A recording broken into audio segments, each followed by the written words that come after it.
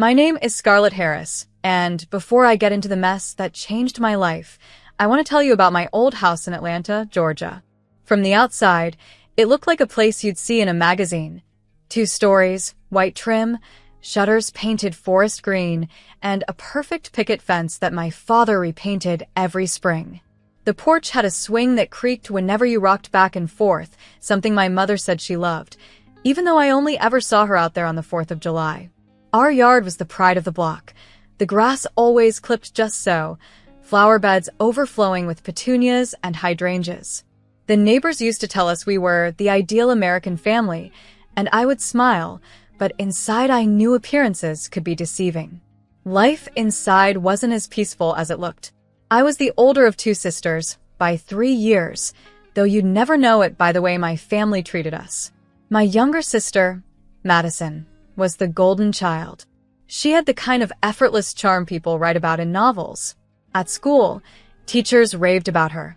At church, the pastor always used her as an example of grace and kindness. She was smart, funny, and never seemed to get caught when she broke the rules. My parents, Henry and Linda, doted on her endlessly. She could do no wrong, at least in their eyes. I, on the other hand, was the practical one, the quiet one, the girl who liked science and didn't mind getting her hands dirty. Maybe that's why I ended up in the job I did. After college, I took a job as a medical waste collector at Grady Memorial Hospital downtown. It wasn't glamorous, and I knew it. Every morning, I slipped on my blue scrubs and pulled my hair back, bracing myself for a long day of collecting biohazard bags, emptying sharps containers, and scrubbing down the floors. People don't see you when you do work like that. They look right through you, as if you're part of the scenery. Sometimes, patients would wrinkle their noses or turn away. The nurses were polite, but the doctors barely noticed me at all. But I took pride in it. It was honest work, and I liked knowing that I was keeping people safe, even if they never knew my name.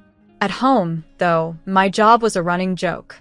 Madison teased me about it at every family dinner. "Here comes Liv, fresh from the dumpster," she'd say, rolling her eyes, while my parents would chuckle as if it was just harmless fun. I learned to keep quiet about my day, to just nod and smile when they asked if I'd found anything good in the trash. The truth was, I did more than anyone realized. But that was my secret. One Saturday in late spring, Madison was planning a huge birthday party for herself. She loved to be the center of attention, and our parents spared no expense. The house was a blur of activity that morning. I could hear my mother in the kitchen, directing the caterers, while my father strung up pink and gold balloons across the banister. There were boxes of champagne flutes, mountains of cupcakes, and platters of shrimp cocktail. I watched from the upstairs hallway, invisible as ever. I'd been looking forward to the party, if only for the chance to see some old friends. But around noon, as I was finishing up a report for work, my phone buzzed. It was a message from Madison. I remember reading it over and over, as if it might somehow change if I stared at it long enough. "Don't bother coming. No one wants dirty people like you here." It didn't even sting at first. It was so blunt, so cruel, that my mind almost rejected it. But the hurt settled in slowly, like cold water trickling under your skin. I sat on my bed for a while, phone in hand, heart pounding. I thought about texting her back, something sarcastic, maybe, or just a string of angry emojis. Instead, I put on my shoes and went downstairs. My parents were in the living room, sitting side by side on the couch, going over the guest list. Sunlight streamed in through the big bay window, catching the dust motes swirling in the air. They looked up when I entered, and for a split second, I almost believed they might comfort me. I cleared my throat and tried to keep my voice steady. "Is it true you don't want me at the party?" I asked, holding my phone so they could see Madison's message. My mom glanced at my dad, and I saw something cold flicker between them, something that told me they'd already made up their minds. Then, to my shock, they burst out laughing. My mother wiped a tear from her eye, still giggling. "She's right, Liv," my dad said, not even meeting my eyes. "You work with trash. That's embarrassing." For a moment, I just stood there. The world seemed to tilt on its axis. I looked at the two people who were supposed to protect me and realized I was utterly alone. All the years of quiet sacrifices, the late nights I'd spent covering their bills or running errands when Madison forgot, none of it mattered. To them, I was less than nothing. I wanted to yell, to throw something, to make them see how wrong they were. But the words wouldn't come. Instead, I nodded, lips pressed together, heart pounding so hard I thought they might hear it. I turned and walked out to the backyard, where the breeze smelled of fresh-cut grass and birthday cake. From my spot under the old oak tree, I watched the guests arrive, women in bright dresses, men in crisp button-downs, laughter echoing across the yard. Madison stood at the center, radiant in her pink silk dress, soaking up the attention like sunlight. My parents hovered nearby, basking in the glow of her happiness. Nobody noticed me. Nobody missed me. That afternoon, I sat in my room and listened to the party through the open window. I thought about all the things I wanted to say, all the ways I'd hoped things would be different. But mostly, I thought about how much people can hide behind a white picket fence. That was the day I started to see my family for who they really were. And it was the day I started to imagine a life beyond Atlanta. A life where I didn't have to hide what I did or who I was. But at that moment, I was just Scarlett Harris, the medical waste collector, the invisible sister, the one nobody wanted at the party. And I promised myself, right then and there, that one day I'd walk away and never look back. For 2 years, everyone in my life, including my own family, believed I was nothing more than a medical waste collector. They thought I spent my days pushing a rattling cart through the halls of Grady Memorial, hauling away red bags and dirty needles. To them, I was invisible, a background character in their glossy lives, easily ignored and just as easily judged. But the truth was, my role at the hospital was far more complicated and much more powerful than anyone could have guessed. After college, I had left Georgia as quickly as I could. I packed up my little car and drove north, following a single dream, to become a doctor and, maybe, finally make my family proud. I'd worked myself ragged through med school in New York City, taking night shifts in the emergency room and sleeping in on-call rooms when I couldn't afford a cab home. I spent winters hunched over textbooks in overheated apartments, summers shadowing brilliant surgeons who never once remembered my name. It was lonely work, and there were days I wanted to give up, but I kept going. I earned my white coat, and then, because I wanted to learn more and see the world, I took a fellowship in London. Europe changed me. I learned about public health in a way I never could have in the States. I walked the halls of old brick hospitals with doctors from France, Germany, and Ireland. I treated children whose families spoke little English and patched up elderly women who offered me tea after every visit. I spent long nights sitting on the steps of the Thames, dreaming about what my future could look like, how I might bring what I'd learned back home. I was nobody's trash collector there. I was Dr. Scarlett Harris, and for the first time, I felt like I belonged. But when I came back to Atlanta, things were different. My parents barely looked up from their phones when I arrived. Madison rolled her eyes and asked if I'd brought her anything from London, maybe some perfume or chocolate. I tried to tell them about my work, but the conversation always turned back to Madison's new boyfriend, Mason, a junior partner at a law firm in Charlotte, or their plans to vacation in California. They asked about my job only long enough to get bored with my answer. In their minds, being a doctor was just another thing to brag about at church, another title to put on the family Christmas card. It wasn't until I visited Grady Memorial, the old hospital where I'd worked summers as a teenager, that I found a reason to stay in Atlanta. The place was falling apart. The ceilings leaked, the elevators barely ran, and the staff was overworked and underpaid. Rumors swirled that it would close by the end of the year. Something inside me refused to let that happen. I'd seen what a good hospital could do, the lives it could save, the hope it could give to a city. I wasn't ready to watch it all disappear. With the money I'd saved from years of working and a loan from a quiet investor in London, I made a decision. I bought the hospital. It was a risky move, and sometimes I woke up in the middle of the night, terrified I'd made a mistake. The deed was in my name, and every major decision, every bill, and every signature flowed through me. But I didn't tell anyone, not my friends, not my family, not even the hospital staff. I wanted to see what it was like at the bottom, to really understand the lives of the people who kept the hospital running. So I went to work, quietly, as Scarlett Harris, medical waste collector. It was exhausting. Every day, I pushed my cart down the echoing linoleum halls, listening to the buzz of fluorescent lights and the beeping of heart monitors.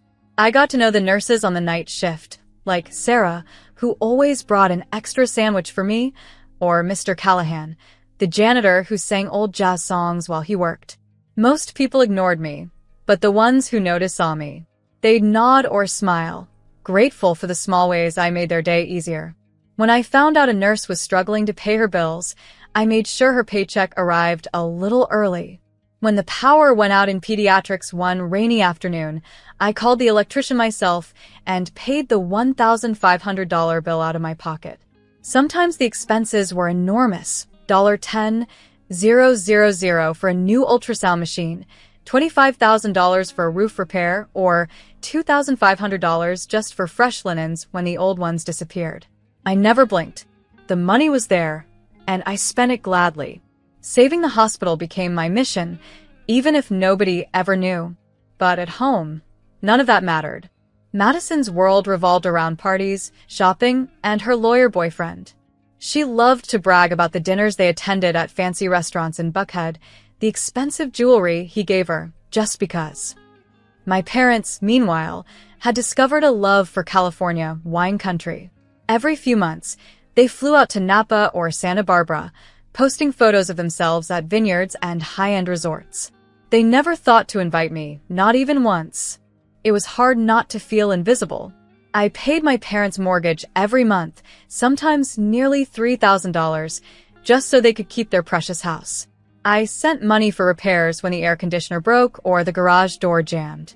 I even paid off the last of Madison's student loans, an act of kindness she never acknowledged. When my parents thanked me, it was always in passing, as if I were an anonymous benefactor and not their daughter. The nights were the hardest. I'd lie awake in my tiny apartment, counting the bills I'd paid that day, hospital bills, family bills, my own, and wonder why none of it felt like enough. I wanted my family to see me, to understand that I was more than the job they mocked. I wanted them to know how hard I worked, how much I sacrificed, just to keep everything together. But they didn't ask, and I didn't tell. It was easier that way. At least if they rejected me, it was only for what they thought they knew. Still, some days I let myself imagine what it would be like to reveal the truth. To walk into the hospital in my white coat, call a staff meeting, and tell everyone who I really was. To see the shock on their faces, the sudden respect in their eyes. I dreamed of telling my family just once, and watching their laughter die on their lips. But for now, my secret was safe. I was Scarlett Harris, medical waste collector, and the owner of the hospital that everyone else had given up on. It was a lonely life, but at least it was mine. That night after Madison's party, I lay in bed staring at the shadows on my ceiling, the laughter from downstairs still ringing in my ears. It was strange how quickly humiliation could turn into clarity. I felt empty, yes, but the anger simmered, slow and deep. For years, I had allowed my family to shape my worth, to decide whether I belonged or deserved love. Their words, sharp and casual, played in a loop in my mind. She's right, Liv. You work with trash. That's embarrassing. All this time, I had hoped for some spark of kindness, but what I got instead was a wake-up call. I didn't sleep much that night. I replayed every conversation, every little slight, all the times I had paid a bill or fixed a problem while my family barely said thank you. I thought about my parents' mortgage, how I'd kept their roof over their heads month after month without a second thought. The new kitchen that my mother boasted about to her friends? That was me too. The hospital perks they enjoyed, free appointments, discount medication, private rooms, all came from my position, from my choices. They took it for granted because I had never given them a reason not to. It was almost 3 a.m. when I got out of bed, the city quiet outside my window, and turned on my laptop. I logged into my bank account, the numbers flickering on the screen, more than I'd ever thought I would see in my life, the result of hard work, sleepless nights, and sacrifices nobody else could imagine. For a second, I hesitated. This was my family, after all. But then I remembered my father's laughter, my mother's smirk, and Madison's cruel words. I remembered how it felt to be invisible, to be nothing. I clicked through my accounts, and one by one, I stopped the payments. The mortgage, the utilities, the credit card I had secretly covered for years. No more. I scrolled through the list of auto payments and canceled each one, watching the confirmation emails roll in. I opened the renovation account, the one my parents used to remodel the bathrooms, to refinish the floors, to upgrade the appliances, and set it to zero. The last transaction had been over $50,000 for a new roof and landscaping. Not a single dollar more. When I finished with the accounts, I called my accountant. He answered, sleepy but concerned. It was the middle of the night, after all. I explained everything calmly, my voice steadier than I felt. I told him to block my family's access to all hospital perks. No more discounted procedures, no more fast-tracked appointments. They were no longer my responsibility. Are you sure? He asked, his tone cautious, maybe a little shocked. I was sure. I told him to make it permanent. The moment I hung up, I felt a strange sense of relief, like the pressure in my chest had finally eased. For the first time in years, I felt like I was standing up for myself. I felt a little lighter, even as guilt tried to creep in at the edges. I reminded myself that love shouldn't hurt, and respect wasn't supposed to be earned through self-sacrifice. If my family couldn't see my worth, then maybe it was time I stopped giving them reasons to ignore it. Just as I was shutting down my laptop, my phone rang. It was Madison, her name flashing across the screen. For a heartbeat, I considered letting it go to voicemail. But I answered, and immediately she started talking, her voice sharp with panic. Scarlett, what the hell is going on? My card was declined at dinner. I had to borrow money from Mason just to pay for dessert. And Mom just called. Her pharmacy account isn't working. Dad says the house payment bounced. What's happening? I took a breath, steadying my nerves. Figure it out, Maddie. You said dirty people have nothing to do with you. So now, you'll have to manage on your own. There was silence, thick and heavy. For a moment, I almost expected her to apologize, to say she didn't mean it. But all I heard was a click as she hung up. I put my phone down and let the silence fill the room.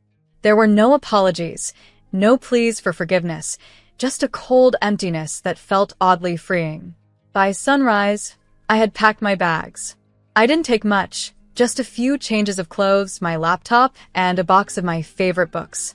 I stared at the house one last time, the morning light casting long shadows across the lawn, the windows glowing gold. It was beautiful, but it wasn't home, not anymore. I left a note on the kitchen table. Don't call me. Take care of each other. That was all I could manage. With my last $200 in cash, I called a cab to the airport. The city passed by in a blur. Old neighborhoods, busy highways, the skyline I'd once dreamed of conquering. I felt a strange mix of grief and anticipation, as if I were leaving behind a version of myself that never quite fit. I didn't know what the future held, but I knew I couldn't stay. When the cab pulled up to the terminal, I handed the driver 2 crisp $20 bills and stepped out, the early morning air cool on my face. I bought a one-way ticket to Denver, Colorado, a place I'd visited once during a medical conference and never forgotten. It was far enough away to feel like a new beginning, but not so far that I couldn't start over. As the plane took off, I watched the city shrink beneath me, the familiar streets fading into clouds. I thought about my family, how they would react when the reality set in, when the bills piled up and the safety net was gone. I wondered if they would miss me, if they would regret the way they treated me.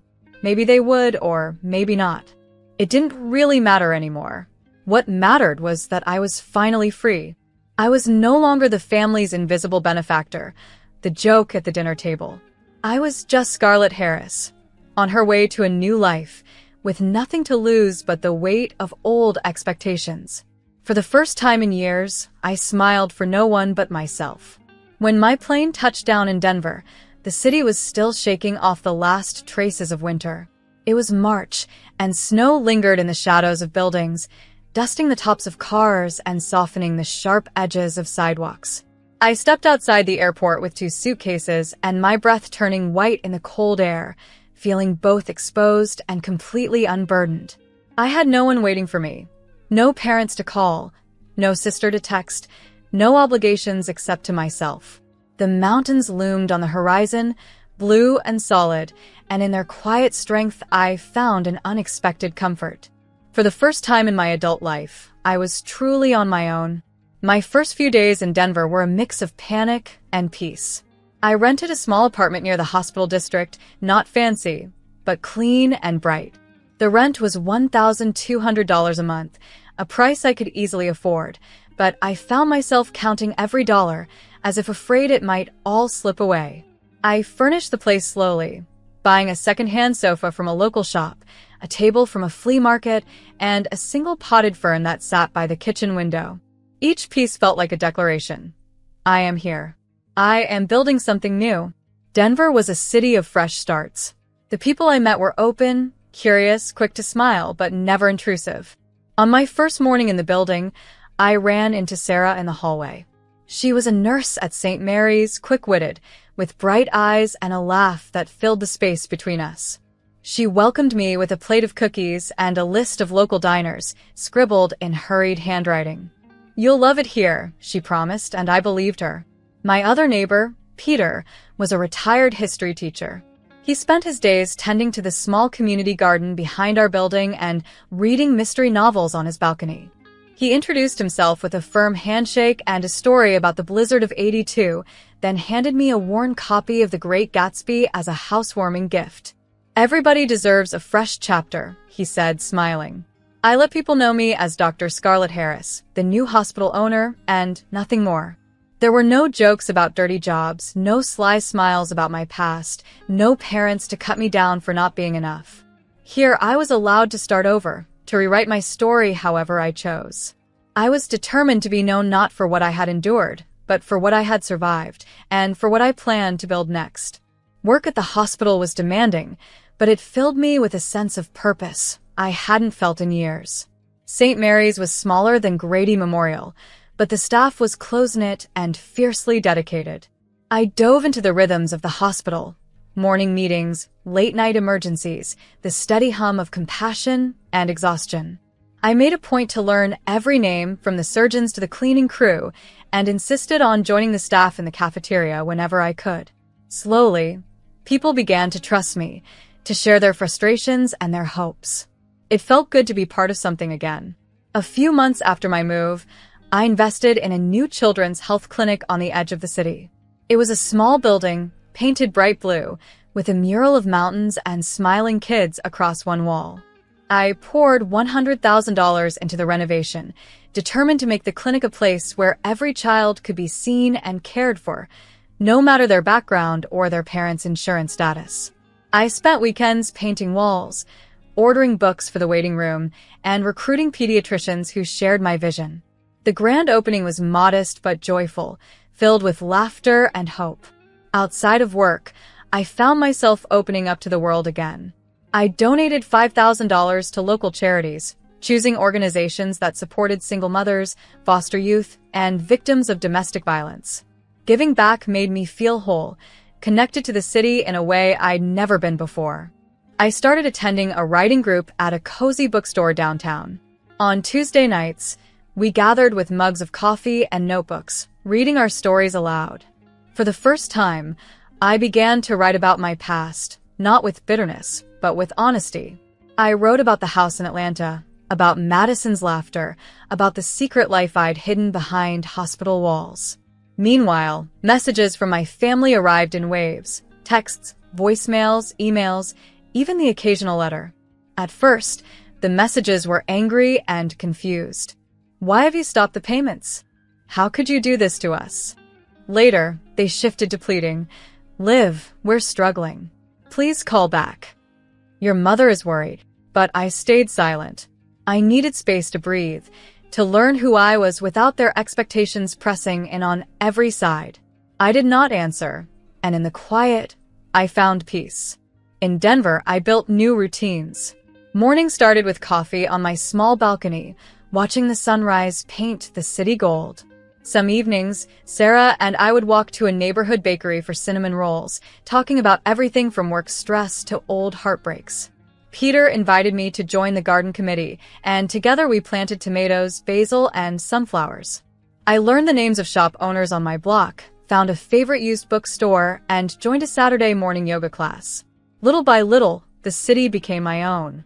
The most unexpected gift was the sense of freedom. For so long, I had carried the weight of my family's expectations, their debts, their disregard. I had measured my worth by how useful I was to others, how much I could give before collapsing. Here, in the clear Colorado air, I discovered the quiet joy of choosing myself, of building a life defined not by what I owed, but by what I loved. Months slipped by, and with every passing day, the ache of old wounds faded. I was not the medical waste collector anymore, nor the invisible daughter, nor the family's hidden benefactor. I was Scarlett Harris, a woman with scars and strength, laughter and hope. I was the owner of my own story at last. Denver wasn't just a new city. It was a new beginning. And for the first time in my life, I felt at home.